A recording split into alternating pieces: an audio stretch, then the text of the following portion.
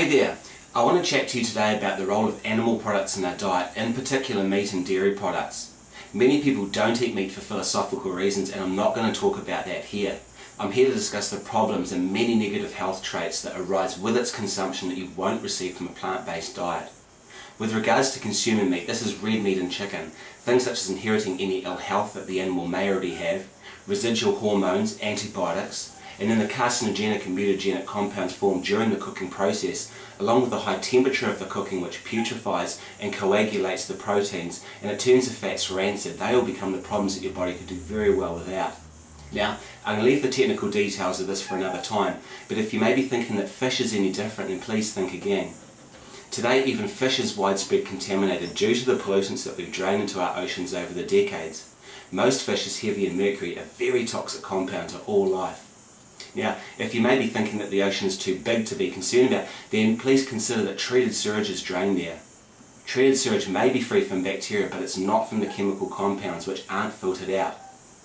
These pollutants include waste from pharmaceutical drugs, which are either excreted by us or tipped down the drain, or other household chemical cleaning products such as soaps, hair dyes, shampoos, disinfectants, and the list goes on there. This is on top of standard stormwater, which includes anything washed from your home, car, buildings, the roads and farm runoff, or anything else that just happens to end up in the oceans. And the big fish eating the smaller fish is the real problem, so the contamination is right through the fish food chain.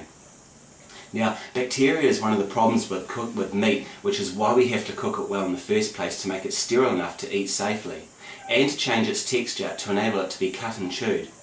If you want to eat meat, then at least eat it like the natural predatory animal does. We can't naturally catch it and kill it using our superior strength and running speed, long claws and sharp teeth, because we just don't possess those attributes. We certainly wouldn't eat its raw flesh along with its skin, organs, tendons, ligaments, cartilage and warm blood to get the synergy of nutrients that's required for those animals' unique nutrition. Furthermore, meat eaters will stay all day and all night until they've had their fill, and they certainly don't take any home to cook or refrigerate until next week.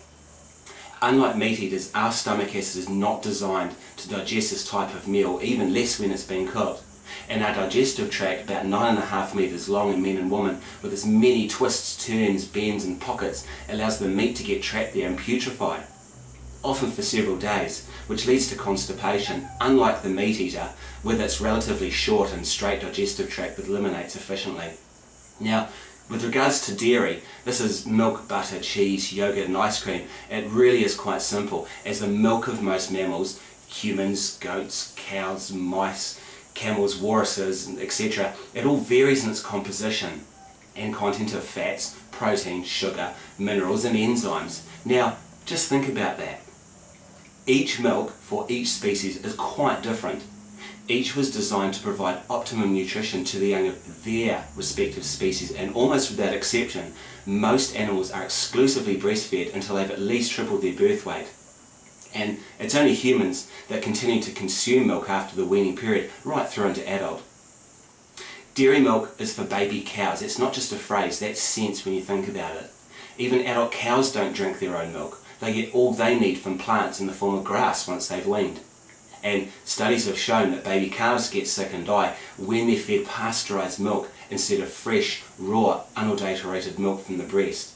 Like meat, your commercial dairy has to be filtered and cooked to some degree. This is the pasteurisation, and homogenised, which removes the fat.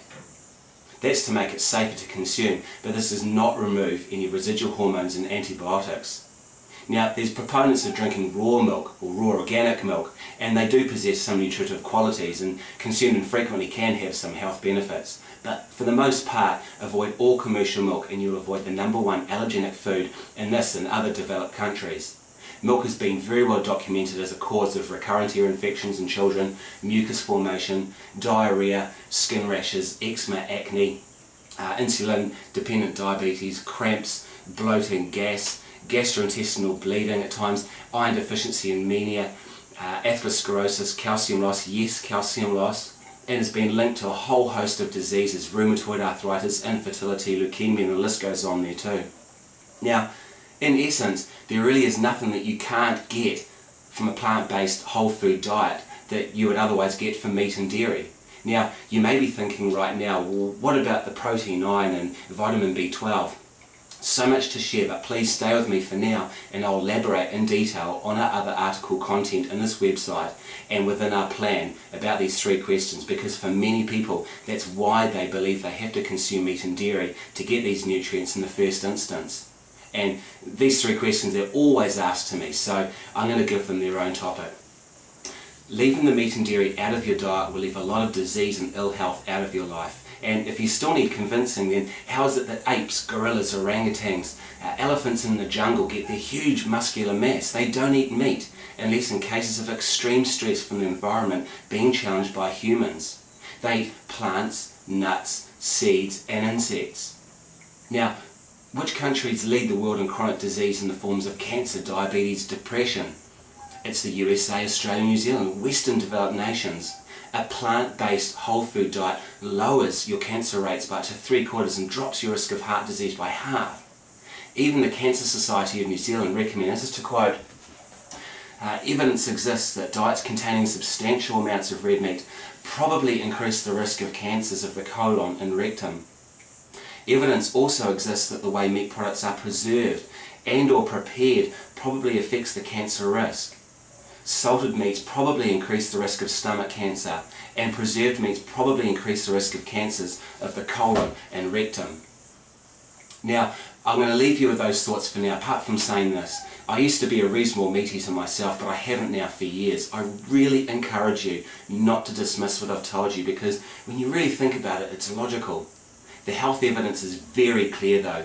Leave as much meat and dairy out of your life as you can, and you'll be freer from all types of catastrophic disease.